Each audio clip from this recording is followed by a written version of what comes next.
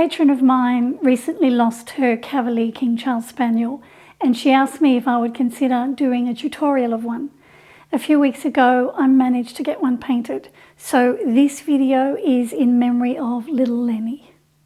I'll share with you some of the techniques I used to paint this spaniel in watercolour.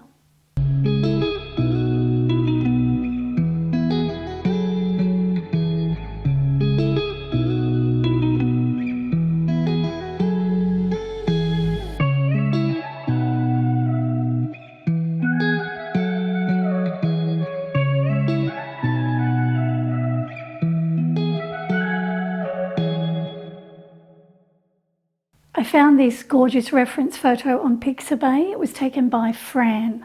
I loved the pose of the dog. There's some foreshortening that I had to deal with where the body extended off into the distance and the head is up really close, but that didn't prove to be a problem at all. I have to say this was not an easy painting. I painted it over 2 days. On the first day I got in the initial washes, and on the second day I started to bring it to life. I did a colour study before I painted this painting, and that helped me to work out how much detail I wanted to include. It allowed me to start the main painting with confidence because I knew where I was going with it. I've told you before that I struggle a bit with painting hair. It's always difficult for me to know when to stop, and I'm always fearful of overworking it. I want it to look realistic, but I don't want to agonise over it because that agony shows when you paint in watercolour. You can see the struggle in the finished painting. I want my painting to look realistic, but I want it to look like a watercolour painting. So there's always a bit of a juggling act going on in my head. I'll show you bits and pieces of my painting process, but if you want to see the entire painting from start to finish, I'll make a full-length tutorial for my Patreon site. I've put a link to Patreon in the description of this video. The paper I used for this painting was Arches cold press watercolour paper. It's £300, so it's fairly thick. I love painting on this paper and it will always be my first preference over all other papers. The paints I used were Winsor & Newton professional watercolour paints. I used burnt sienna, French ultramarine, a tiny bit of sepia and a little bit of lamp black as well. I started with the back section of the dog. There wasn't much for me to use on the reference photo, so I basically painted what it was that I saw. I worked wet on wet to keep the paint edges soft and loose, and I kept the colours that I used fairly pale.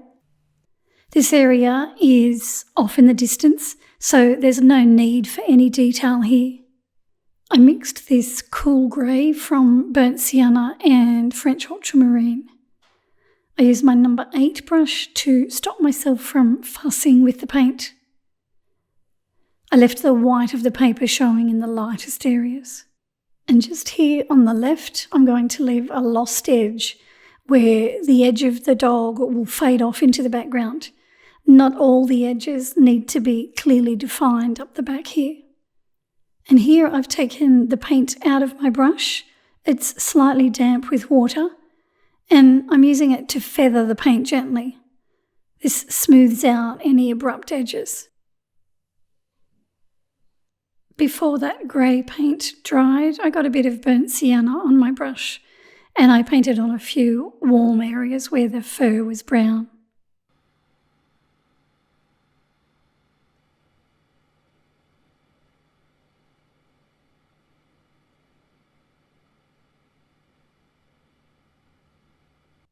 My paper was still fairly wet at this stage, so I mixed a bit of French ultramarine into burnt sienna to make a dark brown, and I added some areas of darker brown on the wet paper.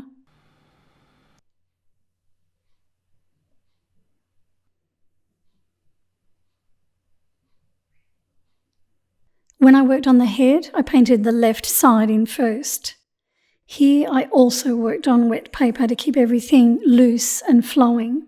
I wanted to not only get some colour on the fur, but I also wanted to establish the way the fur was sitting or the direction of the fur. I wanted some movement in my brush strokes. I'm now using my Borciani Bonazzi Unico rigger brush. I showed you this brush in my portrait video that I did of my son when he was a little boy. I like using this brush because it allows me to create long, free-flowing strokes easily. I used burnt sienna as the main colour. I worked on the wet paper and I washed it all over the side of the head, and I allowed it to bleed onto the ear as well. Carefully around the eye.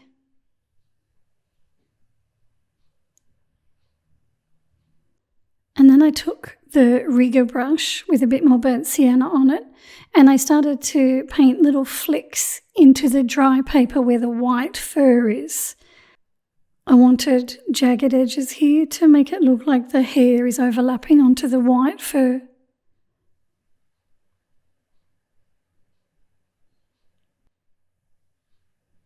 So where I'm pulling that colour onto the white area, the paper's dry. It's only the area where the burnt sienna is that the paper's wet.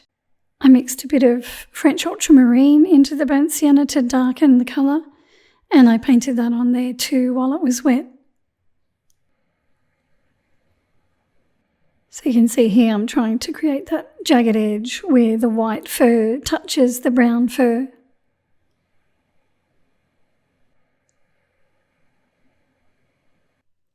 The paper stayed wet for a while for me, which was good. That allowed me to add some heavier pigment in the areas that I needed to make darker. I used the brown that I mixed from burnt sienna and French ultramarine, and I started to paint in the fur on the side of the face.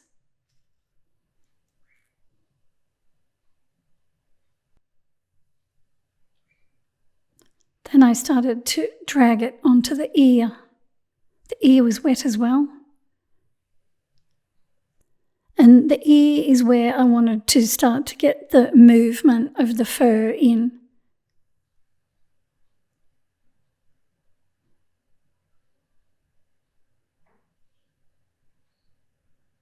I used my number 8 round brush, and when I wanted some finer fur, I switched to the rigger brush.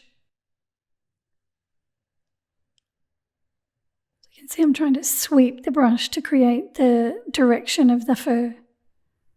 And I'm leaving a little bit of the white of the paper showing as well. And I went back to the burnt sienna again and I put some of that through there. And the paper you can see is staying nice and wet from that first wetting. I was able to get all of this done from the one wetting of the paper. There was a darker area above the eye there that I painted in as well. Like always, right at the start here, I'm working broadly.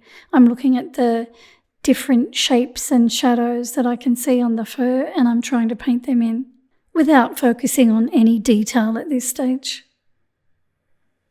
And I did the same thing on the other side. I wet it with water, painted on the burnt sienna, tried to get some movement in the fur, particularly on the ears, and then I used the rigger brush to pull some of that paint onto the white fur to create those jagged edges there. And the only colours I'm using, as I said, are burnt sienna and French ultramarine.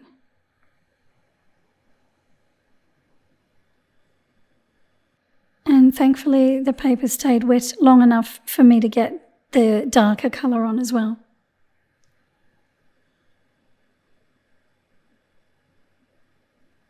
This one was a bit different and had a dark shadow that curled back around towards the nose.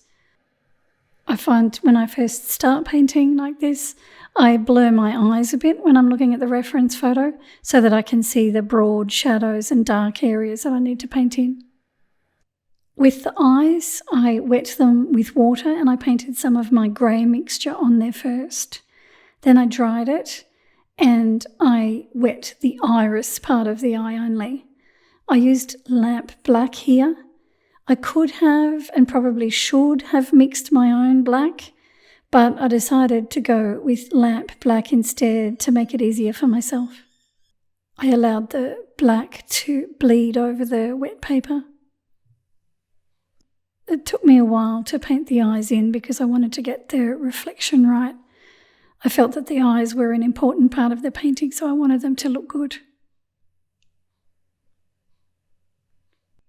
When the black part of the eye was dry, I wet the area outside the eye and I painted on some of my dark brown mixture. I wanted soft edges around the outside of this brown mark, so that's why I wet the paper. Once that was on, I got a smaller brush and even darker pigment, and I ran that around the outside edge of the eye as well while the paper was still wet.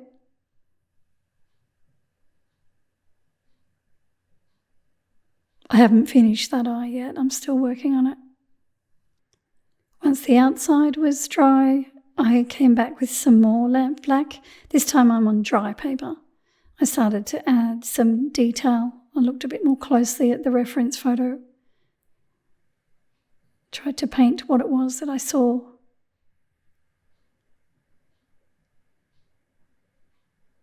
I painted on the dry paper, but I also used my damp brush to soften paint edges where I didn't want them to be hard. The light area in the eye is too white here, so I got some grey and I washed it over the top so that it matched the other eye, just here. And then I wet the white part of the eye again with some water.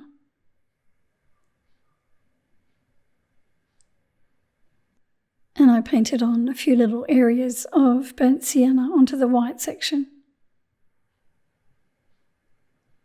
Then it was time to turn my attention to the fur again. I needed to deepen the colours and add a bit more detail. I needed the values on the head to be much darker than the values that I used on the back of the dog. I wanted the head to come forward and be the focal point. So here is where I needed my deepest, darkest colours, my strongest contrasts, and the bulk of my hard edges. Sometimes I worked on wet paper and other times I worked on dry paper. Here the paper's dry. I'm layering some burnt sienna over the top. And then I soften paint edges where I don't want the hard edge. And there I've just wet the paper. And some more burnt sienna. I saw a waterline that was starting to form just there, so I got my brush and washed it away. There was a dark shadow on this left ear, so I needed to paint that on and deepen the colour. The shadow had soft paint edges, so I worked on the wet paper again.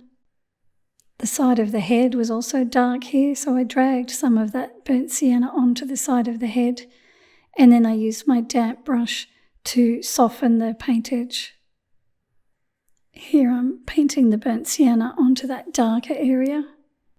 While I was doing this, I was blurring my eyes as I looked at the reference photo.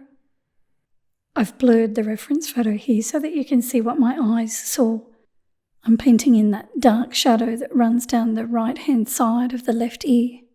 While that was wet, I got the darker brown mixture and I started to paint that on in the darker areas.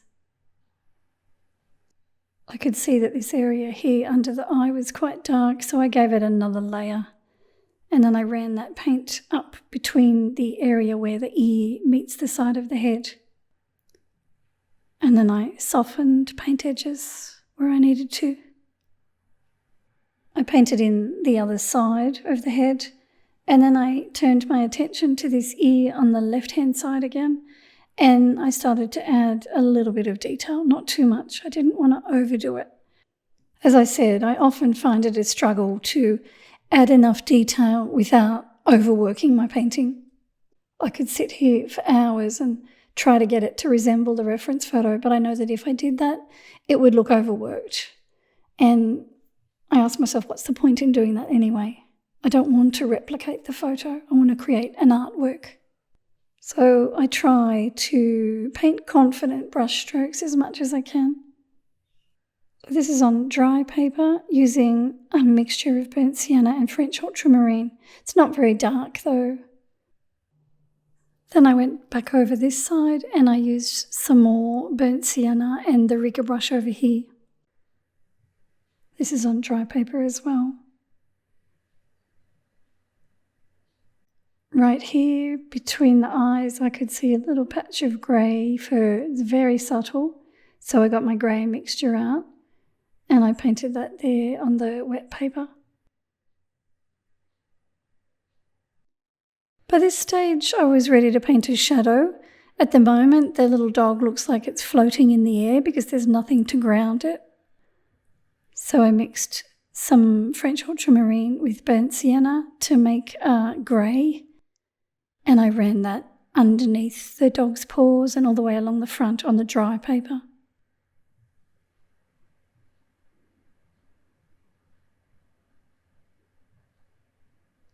After everything had dried, I could see that this shadow on the ear here still wasn't dark enough. So I wet it again and I layered some more burnt sienna over the top. I think then I was finally happy with it after I'd given it that third layer of paint. Because I painted the burnt sienna on the left side again, I could see that I needed to do it on this side now. So I did the same thing over here, another layer of burnt sienna. You can still see the work I've done underneath showing through.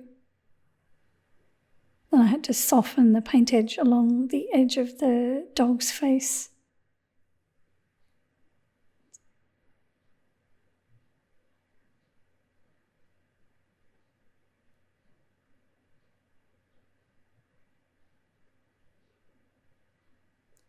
Lots of patience required, and it was not an easy painting, I have to say. I wanted a bit more movement up the top there, so I got my rigger brush and some burnt sienna, and I painted a few little stray hairs.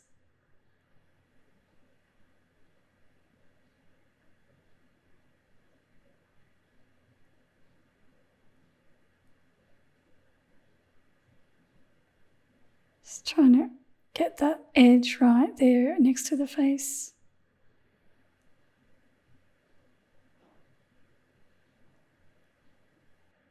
And then I used the burnt sienna here on the dry paper above the eye using my rigger brush. Painted it on, and then I think I got my other brush and I softened the paint edges with it. This one. This is a number 8.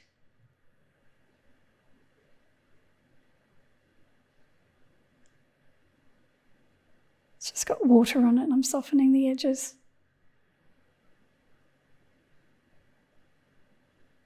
I left it overnight and I came back to it with fresh eyes the next day, and I could see a little patch here that I needed a bit more work on. So I used the brown mixture here on dry paper and I added a few more little detailed areas on the ear. Again, fearful that I would overwork it, but I knew that I needed to do something there.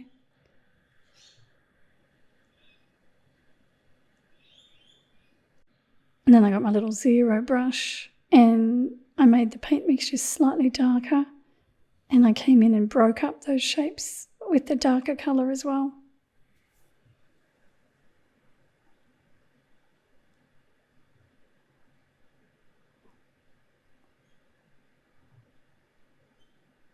I'm not looking at the reference photo at this stage. I'm just looking at my painting to see how I can improve it.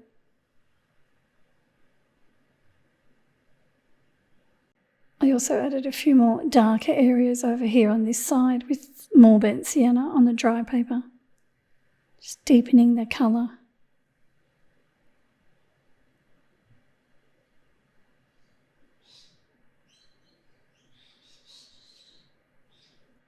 Until eventually I was happy with it.